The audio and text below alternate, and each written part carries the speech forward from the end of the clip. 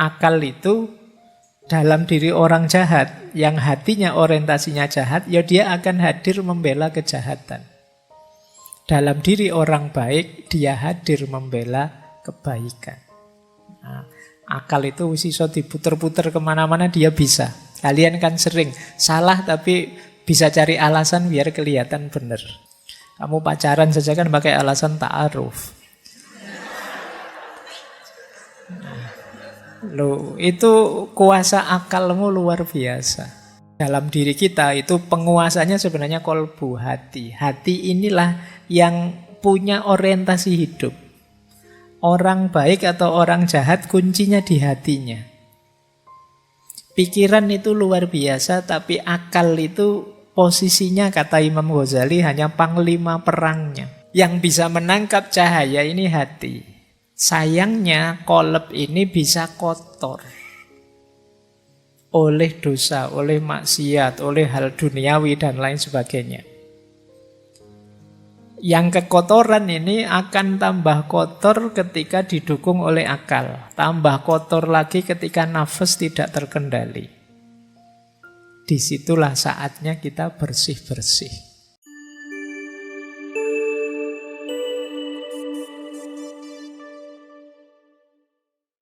Assalamualaikum warahmatullahi wabarakatuh.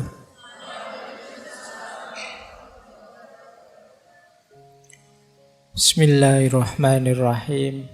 Alhamdulillahirabbil alamin. Wa bihi nasta'inu ala umurid dunya waddin. Allahumma sholli wa sallim wa barik ala habibina wa syafi'ina Sayyidina wa maulana Muhammadin wa ala alihi wa ashabihi wa man tabi'ahum bi ihsanin ila yaumiddin. Amma ba'du. Bismillah, mari kita lanjut lagi belajar kita, ngaji kita. Baik, tema kita masih tema bersih-bersih, latihan membersihkan jiwa. Kalau dalam bahasa Arab istilahnya tazkiyatun nafas. Materinya mungkin tidak terlalu berat, yang berat itu menjalankannya.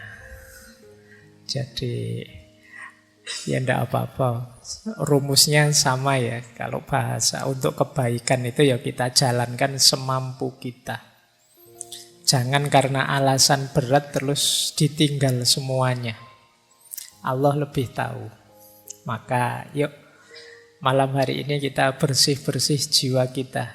Kita menciptakan jiwa yang bersih, clean soul. Baik, bismillah, kita mulai ya. Ini saya awali dari ngaji dulu, biar ngaji beneran. Jadi kitab Al-Quran menegaskan bahwa membersihkan jiwa itu pasti menguntungkan. Di surat Asy-Syams ayat 9 sampai 10 Allah menegaskan qad aflaha man zakkaha. Sungguh sangat beruntung orang-orang yang membersihkan hatinya, membersihkan kolbunya. Wa qad khaba man dassaha. Dan sungguh sangat rugi orang yang mengotorinya. Malam hari ini kita belajar apa saja yang mengotori dan bagaimana caranya membersihkan. Tentu saja nanti kita referensinya ya dari para ulama, bukan pikiran saya sendiri.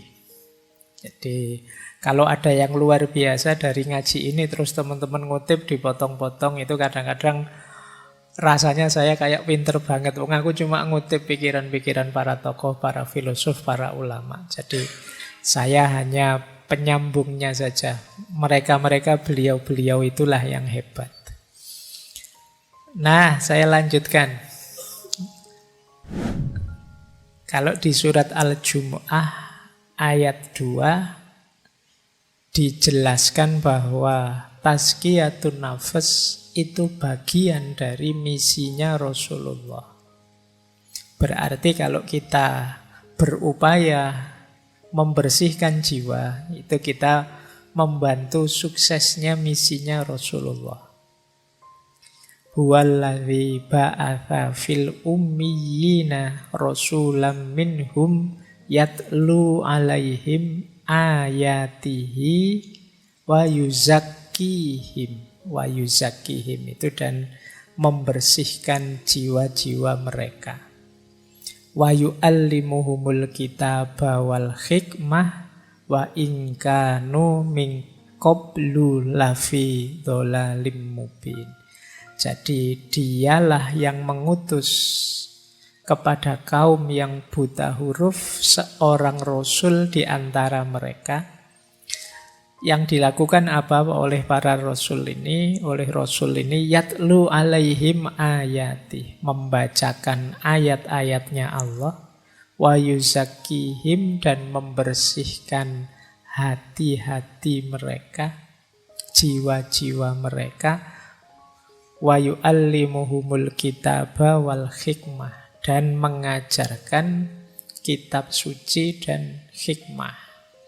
Nah, ini menarik yang diajarkan ternyata antara lain hikmah. Yang kalau dalam tradisi filsafat Islam kan hikmah itu ya nama lainnya wawasan-wawasan filosofis tentang hidup. Wa in kanu min qablu lafi dhalalim mubin. Meskipun mereka ini sebelumnya sungguh berada dalam kesesatan yang nyata. Baik, ayatnya sudah ya. Anggap saja ngajinya sudah. Sekarang kita belajarnya. Bismillah, kita mulai. Yuk kita lihat diri kita ini seperti apa, nanti bersih-bersihnya di bagian mana. Ini teori saya gabungkan antara Ibnu Miskaweh dan Imam Ghazali. Jadi ayo dilihat ya diri kita. Kita ini makhluk 3 dimensi. Diri kita ini ada jasad. Jasad itu yang fisik paling luar. Masuk ke dalam sedikit ada khayat. Khayat ini mungkin mentalnya, jasmani dan rohaninya, istilah kita rohani. Dan ada lagi yang paling dalam namanya ruh. Nanti kalau di tasawuf, di dalam ruh itu ada lagi yang paling rahasia namanya sir. Jadi kita ini ada 3 lapis, jasad, khayat, ruh. Jasad yang paling luar, yang bisa saya lihat hari ini itu jasad-jasadmu. Apa ya istilahnya biar enggak jasad? Karena kesannya kok enggak enak kalau istilah jasad itu. Saya melihat banyak sekali jasad itu kan enggak enak. Jadi yo jasmani lah, jasmani ya kalau saya melihat. Pokoknya sosok di depan saya yang bisa dilihat itu jasad. Nanti masuk sisi mental kita itu khayat. Khayat ini saya ambil dari Imam Ghazali. Komponennya 3. Ada nafas, ada akal, ada qalb. Nah, di balik khayat ada ruh. Ini yang kalau dalam Al-Quran ada istilah wa nafakha fihi min ruhi. Identitas ilahiyah kita yang paling dalam itu ruh. Ruh itu cahaya, dia pasti baik. Cuma apakah cahaya ini menerangi hidup kita atau tidak, tergantung khayat. Apakah khayat kita jernih, bersih, atau kotor? Kalau khayat kita kotor, kalbu kita kotor, akal kita kotor, nafas kita tidak terkendali, ya cahaya dari ruh tadi tidak mewarnai hidup kita. Hidup kita gelap. Nah, jadi kunci kemarin kalau belajar stoikisme kan kita diminta memperhatikan mana yang bisa kita kontrol, mana yang tidak bisa kita kontrol. Yang tidak bisa kita kontrol ya dimensi paling dalam dan paling luar. Yang bisa kita kontrol yang tengah ini, yang khayat. Jasad itu kan kita sudah dapat paket yang seperti ini. Jadi kalian berkaca ya wis kaya ngono lah, kurang lebih dirimu. Itu kan paket jadi. Dan kamu ndak dosa kalau jelek, wong itu di luar kontrolmu. Iya, kalau istilahnya Imam Ghazali kan kholq itu ndak dosa, kalau khuluk itu dosa, pilihan. Tapi kalau kholq itu kita sudah dianugerahi seperti ini. Makanya kamu jangan minder. Kalau ada yang nyindir kamu atau melecehkanmu, kamu kok nggak cakep, ndak apa-apa, ndak dosa. Tidak masalah. Jadi tidak perlu malu gara-gara itu. Wong yo cakep dan tidak cakep itu kan perspektif saja. Tergantung standar. Jadi kamu tidak perlu galau kalau sekedar urusan kecantikan lahiriah. Beda dengan kecantikan batin. Kalau istilahnya Imam Ghazali yang khuluk ini. Kalau ini pilihan. Batin itu kamu bisa takwa, kamu bisa fujur, fa'alamaha. Ya. Kamu bisa patuh, kamu bisa ingkar. Itu dimensi hayat kita. Nah, kalau ini kok kamu jelek, itu pilihanmu berarti.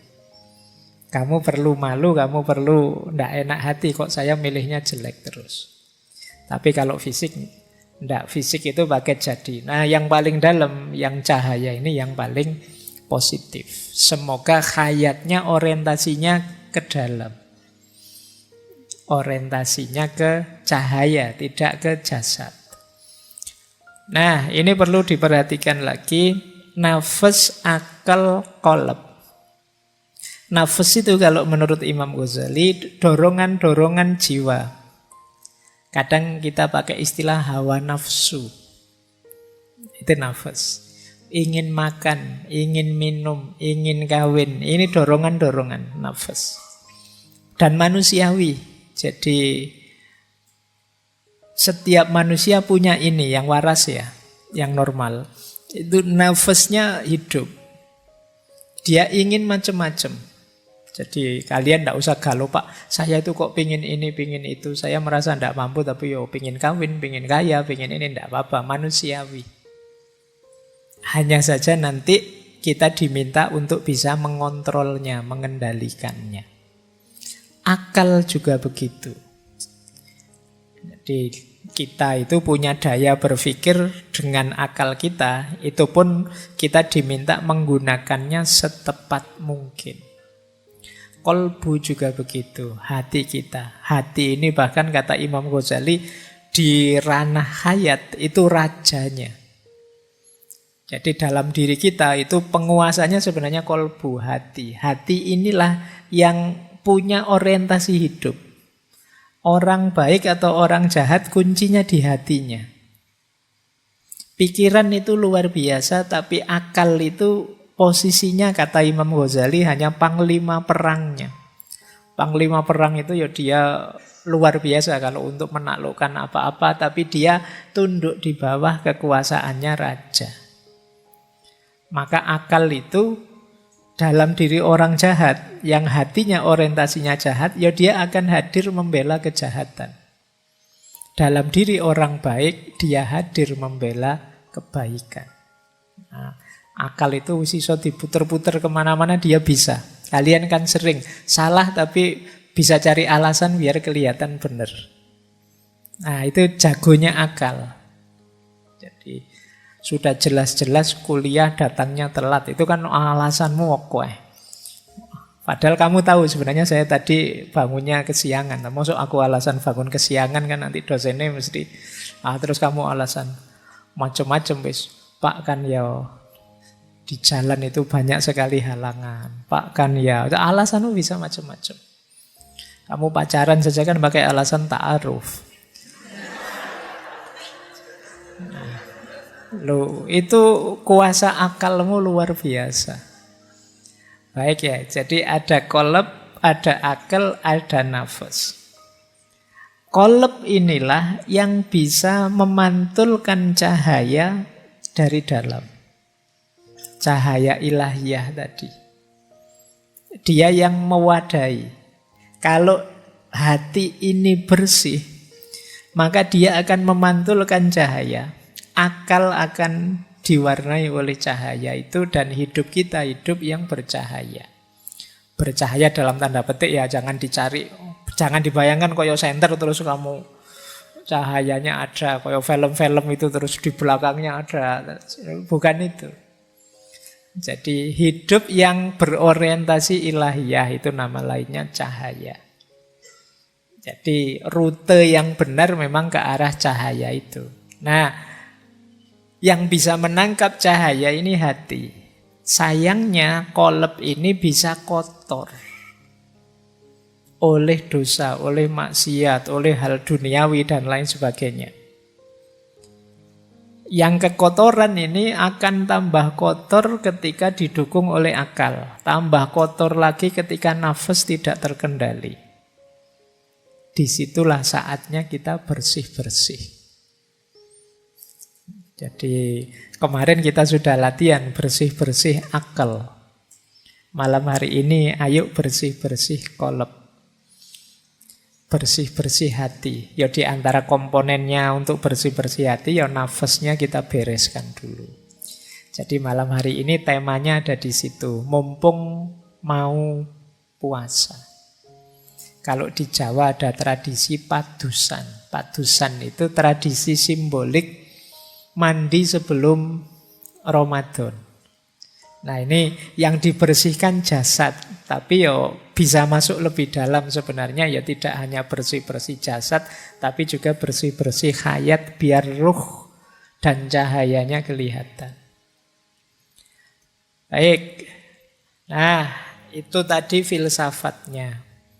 Sekarang kita coba cek apa saja sih yang harus kita bersihkan. Jadi kalau dirinci dalam hidup ini ada 5 hal yang harus kita bersihkan. Yang pertama yang jasad tadi. Ya kalau fisik sih kita membersihkan jasad, anggota tubuh dari semua najis dan hadas. Jadi kalau ini teman-teman pasti sudah bisa lah, tidak perlu dijelaskan. Membersihkan najis teman-teman tahu dan bisa, hadas juga bisa. Kan sudah bisa mandi semua kan insya Allah. Wudhu juga sudah bisa. Bersih-bersih najis juga bisa. Nah ini tidak perlu kita bikin tema ngaji untuk caranya mandi. Kalian sudah bisa lah. Nah yang kedua, membersihkan anggota tubuh dari dosa dan kemaksiatan. Kalau ini lebih sulit. Gimana caranya mulut kita tidak nyinyir lagi, ngomongnya tidak yang jelek-jelek tapi yang baik-baik. Ini membersihkan mulut namanya. Kalau membersihkan mulut yang fisik pakai kumur-kumur. Tapi membersihkan mulut yang diam, kita singkirkan semua kata-kata jelek, kalimat jelek, ungkapan yang jelek. Meskipun hari ini kan mulut kita sering diwakili oleh jempol kita. Karena dunianya sudah geser ke dunia medsos. Mungkin kamu bilang, Pak, saya itu sekarang Pak, mengikuti hadis, Pak. Falyakul khairon aw liyasmut. Ngomong yang baik atau diem. Iya mulutmu diem tapi jempolmu aktif. Kalau nulis kamu nyelekit luar biasa. Bahkan kamu berani sekali kalau di medsos itu kan. Jadi maka ayo kita bersihkan juga. Jadi anggota tubuh berarti semuanya ya mulut, ya jempol, ya telinga, ya hidung, ya apa saja. Yuk kita bersihkan dari yang dosa-dosa dan maksiat. Jadi bersih-bersihnya levelnya lebih dalam meskipun menyangkut anggota tubuh. Jadi ternyata membersihkan tangan itu ya tidak sekedar cuci tangan, tapi juga membersihkan tangan dari perbuatan-perbuatan tercela. Jadi perbuatan yang menyakiti orang, menyusahkan orang misalnya. Terus ada lagi level 3, membersihkan pikiran dari yang negatif, yang merusak, yang sia-sia, yang overthinking. Minggu lalu kita membahas ini, alhamdulillah. Semoga sedikit-sedikit sudah tahu teman-teman caranya bersih-bersih pikiran. Masuk lebih dalam, ada lagi yang harus kita bersihkan, hayat kita dimensi batin kita, jiwa kita harus bersih dari akhlak yang tercela. Akhlak tercela itu ya iri, dengki, hasud, sombong, dan lain sebagainya. Ini jauh lebih berat. Saya tidak cerita detail caranya, teman-teman pasti sudah tahu bahwa itu jelek. Ada lagi yang paling dalam, saya sebut tadi dimensi ruh, yang intinya adalah sir. Kita bersihkan dari yang selain Allah. Jadi diri kita yang paling dalam itu jadi kuncinya orientasi hidup kita. Semoga isinya hanya Allah saja. Lupa berarti saya tidak boleh bercita-cita punya istri cantik, punya suami ganteng, punya mobil mewah, punya rumah bagus, punya jabatan tinggi. Boleh. Tapi itu jangan dijadikan cita-cita final. Jadikan itu jembatan untuk bisa menomorsatukan Allah. Pak, saya pingin punya mobil mewah, Pak. Biar tidak usah pinjam teman. Kalau mobil saya sendiri kan saya lebih bebas. Tidak diatur teman, tidak diegomani teman. Jadi saya bisa menomorsatukan Allah itu lebih leluasa misalnya. Nah, ini lagi-lagi pikiranmu yang main. Jadi niatnya tidak sekedar seneng-senengnya, tapi kita jadikan kendaraan untuk tambah dekat kepada Allah. Apapun itu. Nah, ini yang disebut membersihkan diri. Membersihkan sir, hakikat paling dalam dari diri kita, dari yang selain Allah.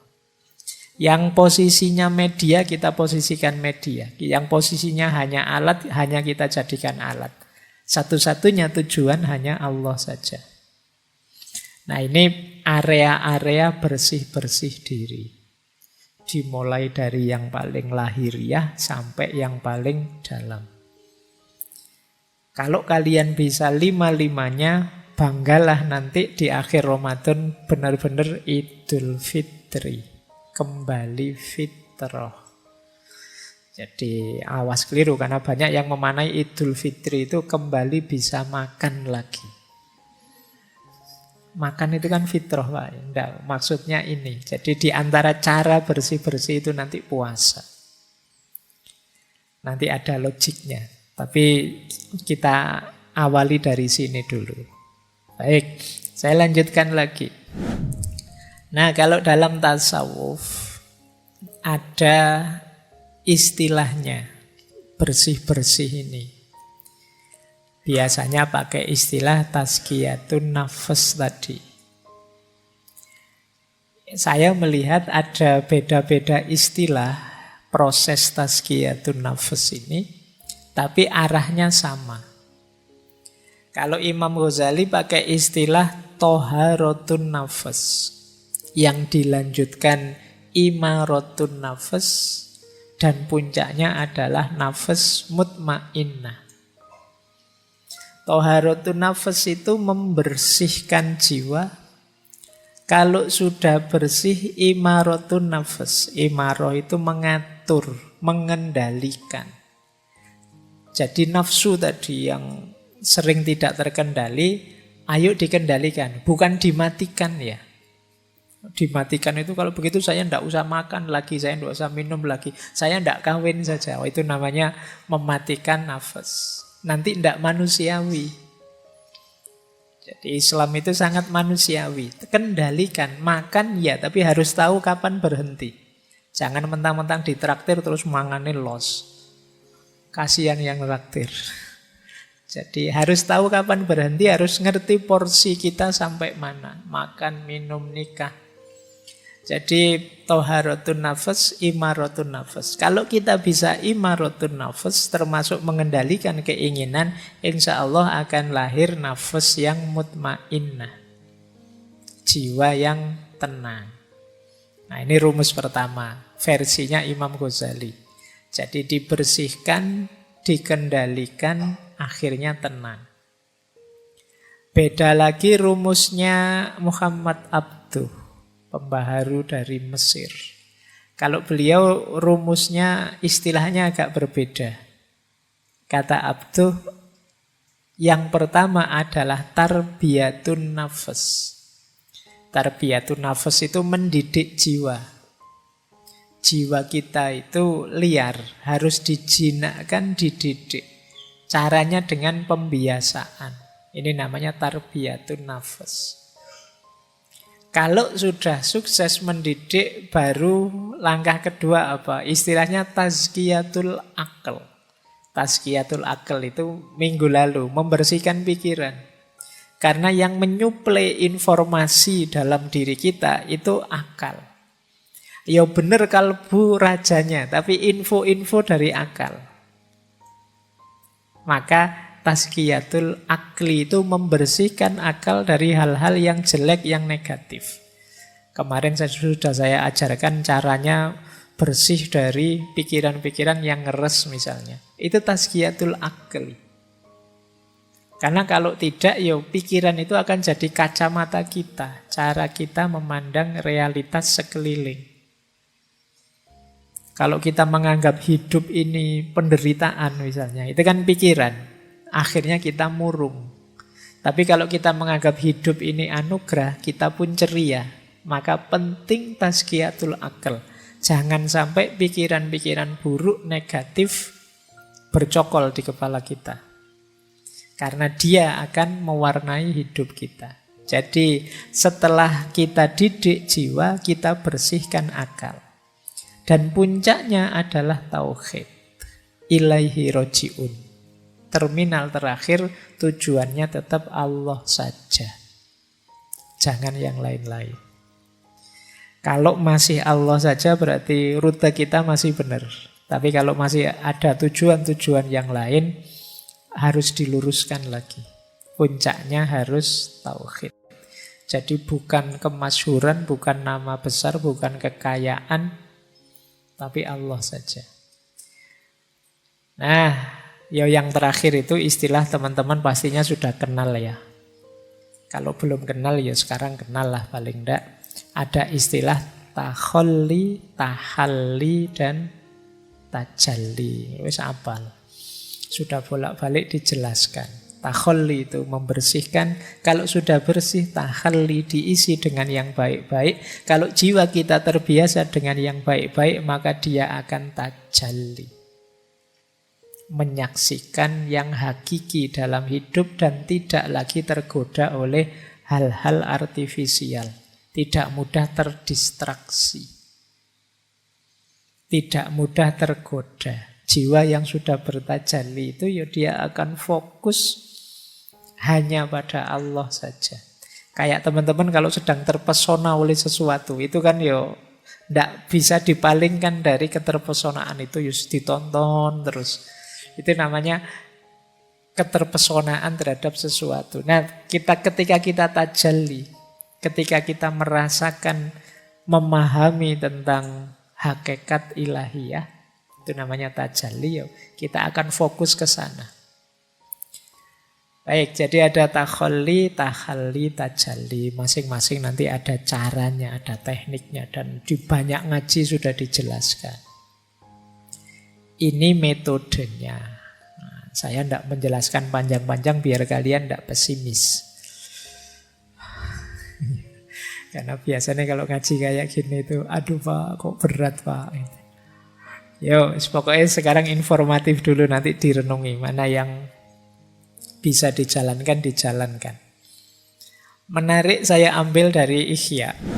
Tanda-tanda jiwa kita masih kotor. Yang pertama apa? Kesulitan menjalankan fungsi ilmu, hikmah, dan makrifat. Ngaji sih saya tiap hari Pak, tapi kok menjalankannya kok berat ya Pak. Jangan-jangan jiwa kita masih kotor. Perlu ada yang dibersihkan. Jadi mungkin teman-teman, Pak saya itu ngaji filsafat sudah hampir 400 sesi saya ikuti sejak awal sampai akhir. Saya kok gini-gini saja ya Pak, tidak naik-naik kelas. Jangan-jangan ada kekotoran, ada yang harus kamu bersihkan dulu. Kan sering saya ilustrasikan itu. Wadah yang kotor itu diisi barang bersih berapapun, yang bersih ketika masuk akan terkontaminasi jadi kotor. Maka coba dicek. Kok saya merasa ilmu saya tambah tapi kualitas diriku tidak nambah? Jangan-jangan masih ada kotoran-kotoran. Coba dicek. Apakah dosanya itu di anggota tubuh, dosa dan maksiat, ataukah terlalu fokus pada duniawi, lupa Allah dan lain sebagainya. Saatnya introspeksi. Yang kedua, tidak bisa menikmati ibadah. Jadi ya sholat sih, ya puasa sih, ya zakat sih, tapi rasanya beban. Ini berarti belum bisa menikmati. Baru nongkrong sebentar, sudah adzan isya. Kok ya cepet ya. Nah itu rasanya beban. Krungu adzan ini rasanya aduh.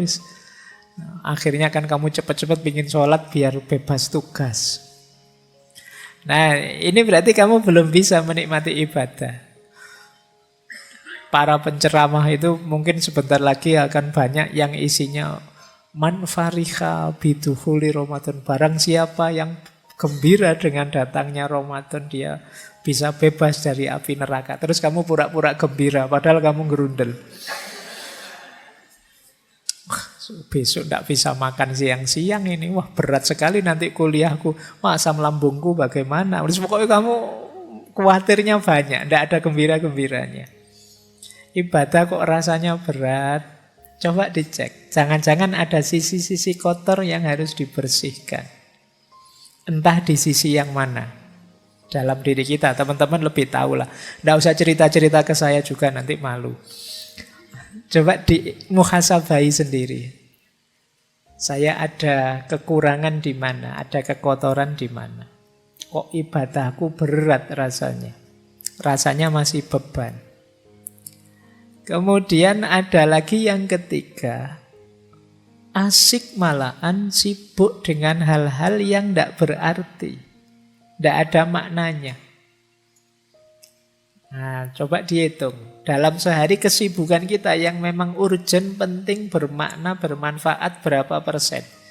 Kok lebih 50% aktivitas kita ternyata aktivitas yang sia-sia, tidak ada gunanya, tidak ada manfaatnya. Jangan-jangan ada banyak kekotoran dalam diri kita. Aku loh Pak, kok asiknya malah main HP, itu pun ya tidak jelas, cuma scrolling aja sejak tadi. Nah jangan-jangan ada yang kotor dalam diri kita. Beribadah tidak asik, tapi melakukan hal-hal yang tidak ada maknanya asik.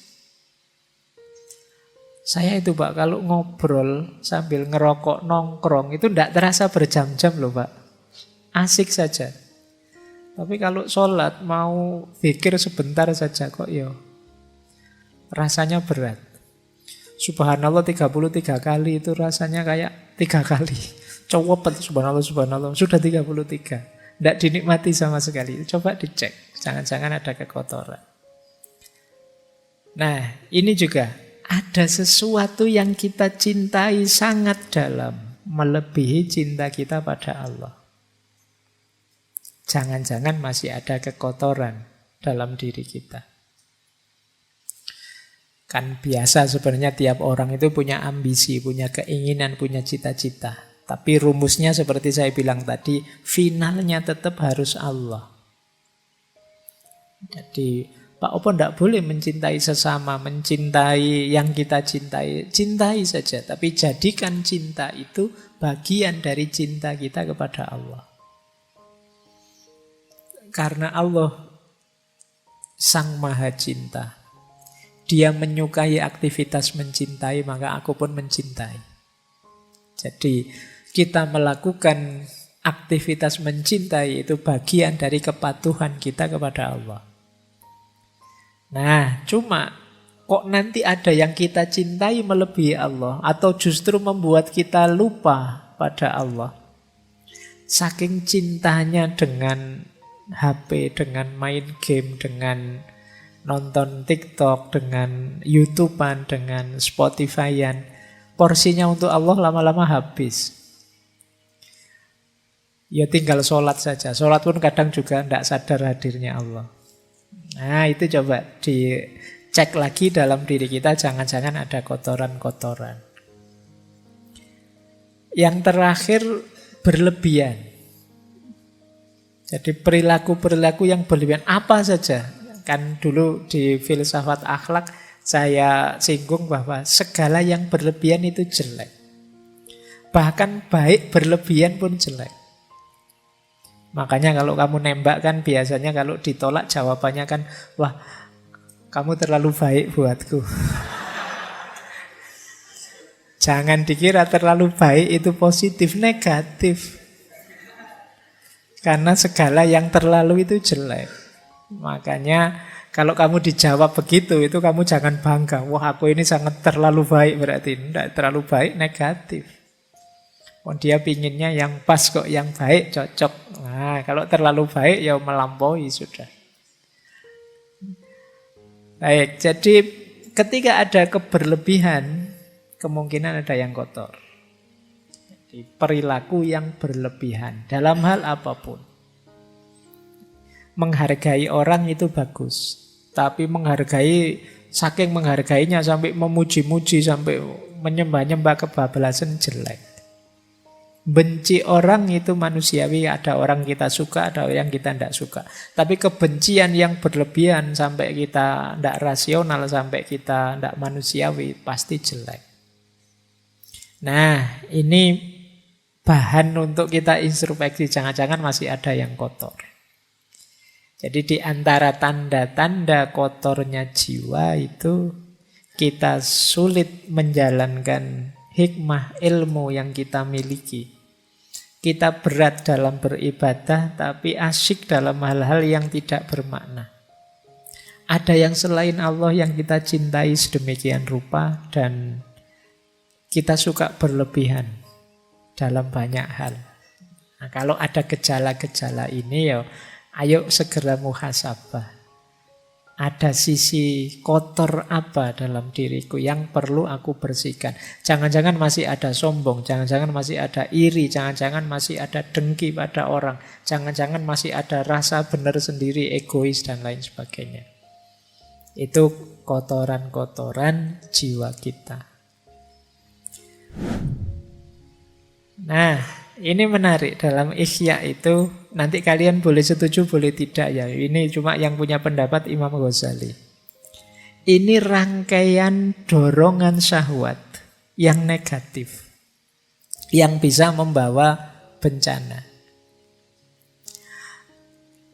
Syahwat paling dasar itu syahwat perut. Kebutuhan perut, ya kebutuhan gizi makan biar tidak stunting. Ya. Jadi kebutuhan syahwat perut ini elementer. Orang itu yang pertama kali dibutuhkan ya syahwat perut ini. Kalau yang perut ini belum terpenuhi, yang syahwat-syahwat yang lainnya biasanya masih belum muncul. Jadi harus beres dulu di yang perut. Kalau perut ini tidak beres, kemudian kalian merambah bidang yang lain, biasanya bidang yang lain itu kamu dedikasikan untuk membereskan urusan perut.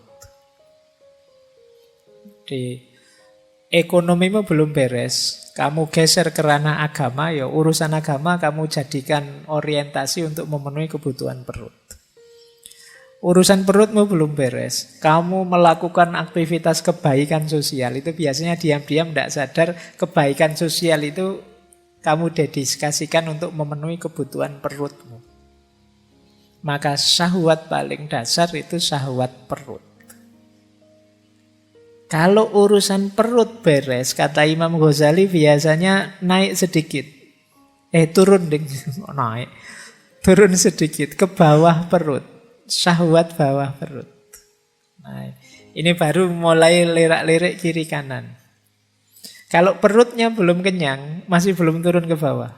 Kalau kamu lapar itu peduli amat, ada yang cakep, ada yang itu pinginnya makan. Makanya Rasulullah itu ngasih tips anak-anak muda yang sudah pingin menikah tapi belum mampu, puasalah. Karena kalau perut itu kosong, perut itu lapar, kamu sudah melihat yang cantik-cantik, yang ganteng-ganteng itu sudah nggak nafsu. Pokoknya mikirnya kapan beduk maghrib datang. Nah, tapi kalau perut beres baru mulai sudah nafsunya naik. Jadi nafsu bawah perutnya bangkit.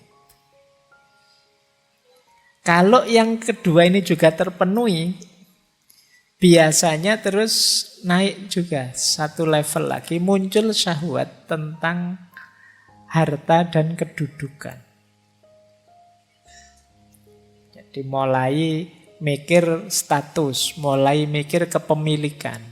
Aku harus kaya, aku harus berkedudukan. Kalau kemudian terpenuhi syahwat kedudukan dan harta ini, muncul penyakit lanjutannya, riya, sombong, pamer. Kalau riya, sombong, bermegahan, pamer ini muncul, biasanya hadir juga temannya, dengki, memusuhi orang, iri. Karena ada orang lain yang juga seperti itu, punya status yang tinggi juga, punya kedudukan yang tinggi juga, terus kita jadinya iri. Tadinya ingin sombong, bermegahan, kok ya saingannya banyak. Muncullah dengki, iri, bermusuhan. Nah ini rangkaian nafsu syahwat, kata Imam Ghazali. Hati-hati dengan munculnya syahwat-syahwat ini, ya bahwa manusiawi orang ingin memenuhi kebutuhan perutnya, ingin menikah, ingin hidup terjamin dengan harta, ingin punya kedudukan, tapi harus ngerti kapan direm. Harus sadar juga penyakit-penyakit ikutannya. Jadi ini pelajarannya untuk kita waspada. Nah, biar tidak terlalu ditelan oleh rangkaian syahwat ini, berarti puasa bisa jadi solusi. Karena ketika kita puasa, kita lapar. Kebutuhan syahwatnya turun ke level yang paling awal. Sudah tidak mikir apa-apa, yang dipikir hanya perut, dan itu kita dapatkan setelah maghrib. Meskipun bahayanya biasanya begitu adzan maghrib buka puasa, kenyang, kumat lagi semuanya. Nah, itu karena yang dasar ini terpenuhi sudah. Baik, ini bahan ya refleksi. Nanti teman-teman coba membaca dirinya. Sering tidak terlena masuk ke jebakan-jebakan syahwat ini.